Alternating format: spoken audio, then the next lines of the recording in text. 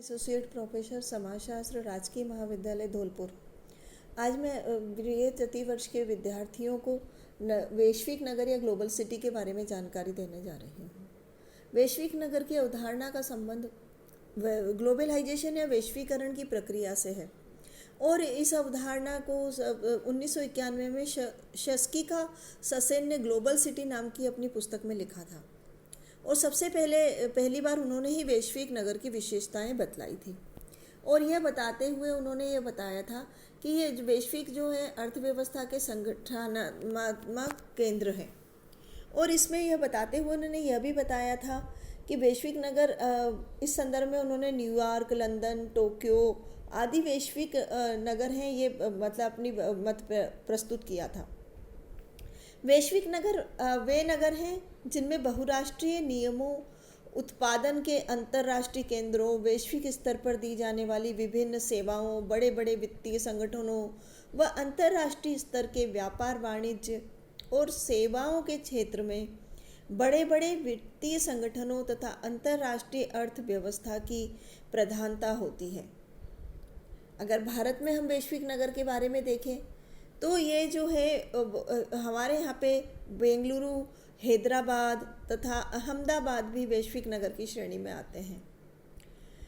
इन नगरों की जनसंख्या 55 लाख से अधिक है और यहाँ पे हमें जो है अन्य वैश्विक नगरों की तरह ही आर्थिक और सामाजिक वो विशेषताएं देखने को मिलती है। इसको हमें वैश्विक नगर को अगर हम समझें, इसकी प्रकृति समझें, तो हमें सबसे पहले जो है वैश्वीकरण की प्रक्रिया को समझना बहुत आवश्यक है। वैश्वीकरण के अंतर्गत जो है आर्थिक और सांस्कृतिक स्तर पर जो विश्व के अनेक देश हैं वो एक दूसरे से जुड़ने लगते हैं और ये परिवर्तन और एकीकरण की एक प्रक्रिया है जिसे 1990 में विशेष प्रोत्साहन मिला था। उस समय एक और पूंजीवादी और साम्यवादी देशों के बीच में दूरियां कम होने लगी थी, तो दूसरी ओर अधिकांश देशों ने महसूस किया कि आर्थिक, सांस्कृतिक तथा राजनीतिक क्षेत्र में एक दूसरे को सहयोग देकर और एक दूसरे से संबंध को मजबूत करके ही आगे बढ़ा जा सकता है। तो इसी कारण वैश्वीकरण की प्रक्रिया में आर्थिक तथा सांस्कृतिक स्तर पर विश्व के अनेक देश एक दूसरे से जुड़ने लगे। यह परिवर्तन एकीकरण की प्रक्रिया का एक नया स्वरूप लेकर आया। उसके बाद में अगर हम देखें तो फिर जो है आगे संचार क्रांति के बाद में विश्व की दूरियां और कम हुई और इससे भी वैश्वीकरण को बढ़ावा मिला। वैश्वीकरण की विशेषताएं। वैश्विक नगर 21वीं शताब्दी की प्रमुख घटना है। वैश्विक नगर को इस आधार पर हम निम्न विशेषताएं देख सकते हैं। अगर हम ये देखें कि भारत में दुनिया के अनेक देशों से आज कई सौ वर्ष पहले भी बहुत से नगर राष्ट्र थे और उनके बीच भी इसी तरह की संधियां होती थी जैसी आज को हमें आर्थिक और सांस्कृतिक संधियां होती थी, जैसी आज हमें वैश्विक नगरों में देखने को मिलती है। वैश्विक नगर की मतलब कि वो विकास की प्रक्रिया में हम इन पुरातन भारतीय नगरों को भी देख सकते हैं। इस आधार पर हम जो है विशेषता अगर बताएं तो सबसे पहली विशेषता वैश्विक नगर की होती है अंतर्राष्ट्रीय अर्थव्यवस्था। वैश्विक नगर में उत्पादन, व्यापार तथा वाणिज्य, वैश्विक अर्थव्यवस्था इन सब से जुड़ा होता है। इन नगरों में उत्पादन की प्रक्रिया केवल अपने देश की पूंजी के ही संबंधित नहीं रहती है बल्कि दूसरे देशों की पूंजी से भी इनमें मुक्त प्रवाह शुरू होता है और यह कार्य अंतर्राष्ट्रीय स्तर पर होता है और इसके कारण विश्व के अन्य देश के लोगों की भी हिस्सेदारी होती है इसमें, कंपनियों की पूंजी में। और वैश्विक नगर में जो व्यापार होता है वो अपने देश तक सीमित नहीं रहता है और इसका कार्यक्षेत्र संपूर्ण विश्व होता है और सरकार के भी यहाँ की जो है दूसरे देशों में आयात और सीमा शुल्क कम करके और विदेशी व्यापार को बढ़ावा देती है। तो हम ये कह सकते हैं कि ये एक विकसित होने वाली प्रौद्योगिक तथा वैश्विक नगर द्वारा इस तरह उठाए जाने लगता है। इससे उत्पादन की गुणवत्ता में सुधार आता है, साथ ही अंतर्राष्ट्रीय प्रतिस्पर्धा में भी वृद्धि होती है। अगली विशेषता है वैश्विक संस्कृति का प्रादुर्भाव। वैश्विक नगर उत्तर आधुनिकता या पोस्ट मॉडर्नाइजेशन की दशा को स्पष्ट करते हैं। इसमें जो है अगर हम देखें तो जो प्रौद्योगिकी विकास होता है तो उसके साथ साथ सामाजिक गतिशीलता, वैयक्तिक स्वतंत्रता, स्थान परिवर्तन तथा तार्किक जीवन का महत्व बढ़ने लगता है और इसके कारण लोगों का इसे हम क्या कहते हैं, आधुनिकीकरण कहते हैं। और आधुनिकीकरण में विश्व का दृष्टिकोण भी बदलने लगता है।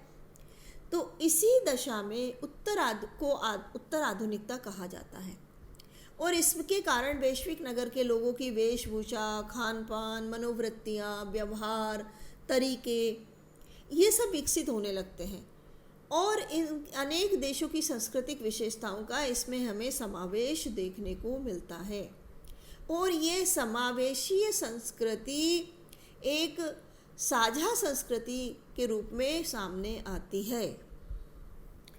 अगला है राजनीतिक तथा आंदोलनों की वैश्विक प्रकृति।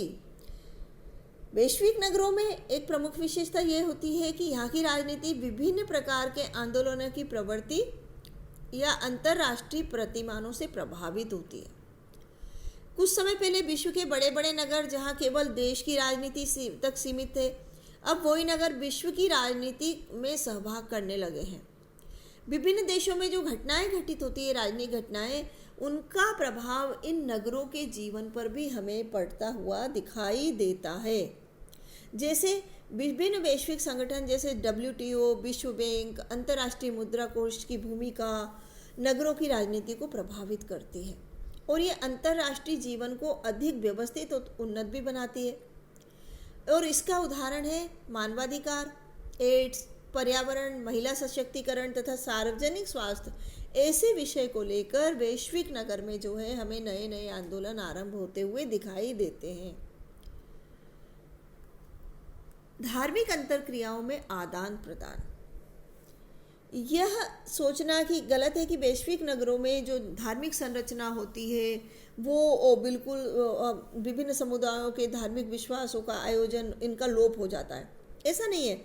अगर हम देखें तो इनमें जो है इन नगरों में वैश्विक दृष्टिकोण की प्रधानता हमें देखने को मिलती है और इसका कारण क्या है, विभिन्न धर्मों के सिद्धांतों के आधार पर तथा आदान प्रदान होता है और इसमें धार्मिक कट्टरतावाद क्षेत्र से बाहर निकलकर ये मानवतावाद के निकट थोड़े आते हुए हमें दिखाई देते हैं। यहाँ पे धर्मनिरपेक्ष प्रवृत्ति हमें देखने को मिलती है और ये इस तरह के आदान प्रदान का ही एक परिणाम है। इसके अतिरिक्त धार्मिक अंतरक्रियाएं जो है पारलौकिकता की जगह तार्किकता का स्थान ले लेती है। प्रवास की अंतर्राष्ट्रीय प्रवृत्ति। सभी जो देश हैं वो नगरीय संस्कृति है, वहाँ पे प्रवास और स्थान परिवर्तन की हमें विशेषता देखने को मिलती है। जो वैश्विक नगर हैं उनमें मुख्य विशेषता यह है कि वहाँ पे प्रवास केवल राष्ट्र के अंदर ही सीमित नहीं रहता है बल्कि ये अंतर्राष्ट्रीय बनने लगता है। जो विभिन्न उद्योगों से संबंधित लोग होते हैं वो समय समय पर दूसरे देशों की प्रबंध व्यवस्था और उत्पादन प्रणाली से संबंधित विकास के नवीन तरीकों को जानने के लिए एक देश से दूसरे देश में जाते रहते हैं।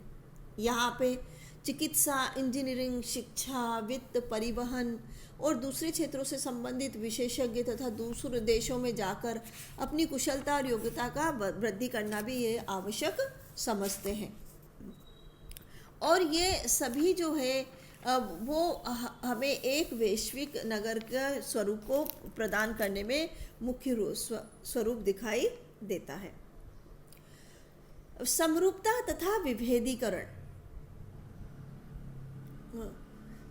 अगर हम देखें समरूपता जो है ये एक विभिन्न वैश्विक नगर की एक प्रमुख मौलिक विशेषता है और ये नए औद्योगिक समाज के रूप में बदल जाती है।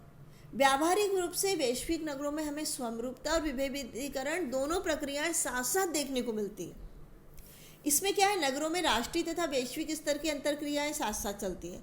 आर्थिक क्षेत्र, विदेश नीति, राष्ट्रीय संस्कृति के आधार पर बहुत सारे समूह दूसरे देशों से अपनी भिन्न पहचान विकसित करने के बाद भी अपने व्यवहार के प्रतिमानों को अपनाना उचित नहीं मानते, जिससे उनका दूसरे देशों से सामंजस्य बढ़ सके। वैश्विक नगरों में भी विदेशी द्वारा अपनाई जाने वाली विभिन्न नीतियों के प्रति आंदोलन होना इस तथ्य को स्पष्ट करता है। सैटेलाइट द्वारा संचालित संचार व्यवस्था। वैश्विक नगरों में जो है हमें आधुनिक संचार व्यवस्थाएं देखने को मिलती है, और जिसमें इंटरनेट, ईमेल, फैक्स, टीवी, ये उपग्रहों से जुड़ी व्यवस्थाएं हमें देखने को मिलती है। और इनके द्वारा क्या हो रहा है, स्थान के द्वारा संबंधी जो दूरियां हैं वो कम होती जा रही है, और विभिन्न व्यक्तियों के जो संगठन है वो हजारों किलोमीटर दूर स्थित लोगों के विचारों का आदान प्रदान कर सकते हैं। मुंबई और न्यूयॉर्क को अब एक दूसरे से बहुत दूर नहीं माना जाता है, और कुछ ही मिनटों से विभिन्न देशों के लोग एक दूसरे के संदेश और विचारों का आदान प्रदान कर सकते हैं। और ऐसी व्यवस्था अगर हम देखें एक उदाहरण के रूप में, तो अब तो कोरोना काल के बाद में अगर वर्तमान परिस्थितियों में देखें तो संपूर्ण विश्व में इन संचार व्यवस्थाओं का सबसे ज़्यादा महत्व है। मैं भी आपके द्वारा इन संचार व्यवस्थाओं के माध्यम से ही जुड़ी हुई हूँ, क्योंकि आजकल क्लासरूम आपकी स्टडी संभव नहीं है, तो ये इसका बहुत अच्छा उदाहरण है। तो इसको हम समझ सकते हैं कि आप व्यक्ति आमने सामने ना होके एक दूसरे के, फिर भी हम जो एक दूसरे से संपर्क में रह सकते हैं। व्यवसायों की बहुलता। वैश्विक नगर विभिन्न प्रकार के व्यवसायों तथा सेवाओं के केंद्र हैं। यदि हम भारत के वैश्विक नगरों को देखें तो ये स्पष्ट होता है कि यहाँ पे आईआईटी, आईआईएम, बैंकिंग प्रतिष्ठान और वित्तीय संस्थान से विशेष प्रशिक्षण प्राप्त करने वाले जो कुशल लोग हैं वे वैश्विक नगरों में जाकर बसना ज़्यादा पसंद करते हैं, और वो अपने लिए लाभप्रद भी मानते हैं। कंप्यूटर सेवा के क्षेत्र में जो ये नगर है इनका एकाधिकार है। वैश्विक नगर में स्थित जो बहुराष्ट्रीय कंपनियां हैं वो अपनी विशेषज्ञों को बड़ी बड़ी धनराशियों का पैकेज देकर उनकी क्षमता का लाभ उठाती हैं, और उन्हें विभिन्न देशों में भेजकर उनकी योग्यता बढ़ाने में भी योगदान करती है। और इस प्रौद्योगिकी के आधार पर संसार के विभिन्न देशों में जो उद्योग सेवाएं विकसित होती है उन्हें वैश्विक नगरों के द्वारा अति शीघ्रता से ग्रहण कर लिया जाता है। जनसंख्या का आकार तथा घनत्व। वैश्विक नगरों का आकार बहुत बड़ा होता है और इनमें जनसंख्या घनत्व भी बहुत ज़्यादा होता है। यहाँ पे विशेषता अगर हम देखें तो भारत में 2011 की जनगणना के आधार पर देखें तो दिल्ली में 1,67,00,000 से भी अधिक व्यक्ति निवास करते थे, और यहाँ प्रति वर्ग किलोमीटर क्षेत्र 11,320 से भी अधिक व्यक्ति रहते हैं। और एक वैश्विक नगर के रूप में मुंबई की जनसंख्या 1.25 करोड़ से भी अधिक है, और इस कारण राजनीतिक अथवा सांस्कृतिक न होकर आर्थिक साधनों की प्रचुरता हमें देखने को मिलती है। वैश्विक नगर के आर्थिक तथा सांस्कृतिक संरचना के आधार पर हमें कई शंकाएं भी पैदा हुई है। कुछ लोग ये मानते हैं कि वैश्विक नगरों का विकास विकासशील देशों पर विकसित देशों के साम्राज्यवाद का एक नया रूप है।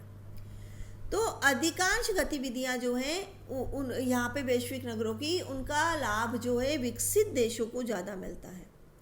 भारत के संदर्भ में हम ये भी आशंका करते हैं कि यहाँ की जो वैश्विक नगरों की संस्कृति है वो देश की मौलिक संस्कृति जैसे परिवार व्यवस्था, सामाजिक सुरक्षा और प्राकृतिक प्रभाव पड़ा है इन पे। और इसके संबंध में हमारे भारतीय प्रमुख समाजशास्त्री जिन्होंने कि आधुनिकीकरण की एक अवधारणा दी है, योगेंद्र सिंह, उनके अध्ययन के आधार पर ये निष्कर्ष दिया है कि समताकारी तथा लोकतांत्रिक मूल्य, आम संस्कृति का विकास, एक विश्व दृष्टि को प्रोत्साहन एवं नई प्रौद्योगिकी का उपयोग तथा नागरिक समाजों का बढ़ता हुआ प्रभाव वैश्विक नगर की वे विशेषताएं हैं जिनके कारण नगरों की सामाजिक आर्थिक संरचना में परिवर्तन हुआ है, लेकिन इसने भारत की मौलिक सांस्कृतिक विशेषताओं को प्रतिकूल रूप में प्रभावित नहीं किया है। डॉक्टर योगेंद्र सिंह के इस निष्कर्ष के बाद में हम ये बता सकते हैं कि विशाल नगरों में रोजगार के अवसरों में वृद्धि होने के बाद में निर्धनता और बेरोजगारी की समस्या भी बढ़ रही है। सांस्कृतिक रूप से भारत में जैसा जो विकासशील देश है वहाँ पे सांस्कृतिक पहचान कमज़ोर हो रही है, और वैश्विक नगरों में क्षेत्रीय असमानताओं में भी वृद्धि हुई है। वर्तमान जीवन में उपभोक्तावाद का बढ़ना, वैश्विक नगरों में बहुराष्ट्रीय कंपनियों द्वारा जो विज्ञापन आते हैं उनका प्रचार का ही परिणाम है ये। और वैश्वीकरण की प्रक्रिया में पश्चिमी देशों द्वारा विकसित एक नई तरह की उपनिवेशवाद है जिसके लिए वैश्विक नगर एक माध्यम के रूप में कार्य करते हैं। स्पष्ट है कि वैश्विक नगरों में प्राकृतिक एवं भारतीय समाज के लिए सकारात्मक तथा नकारात्मक दोनों ही तरह की है।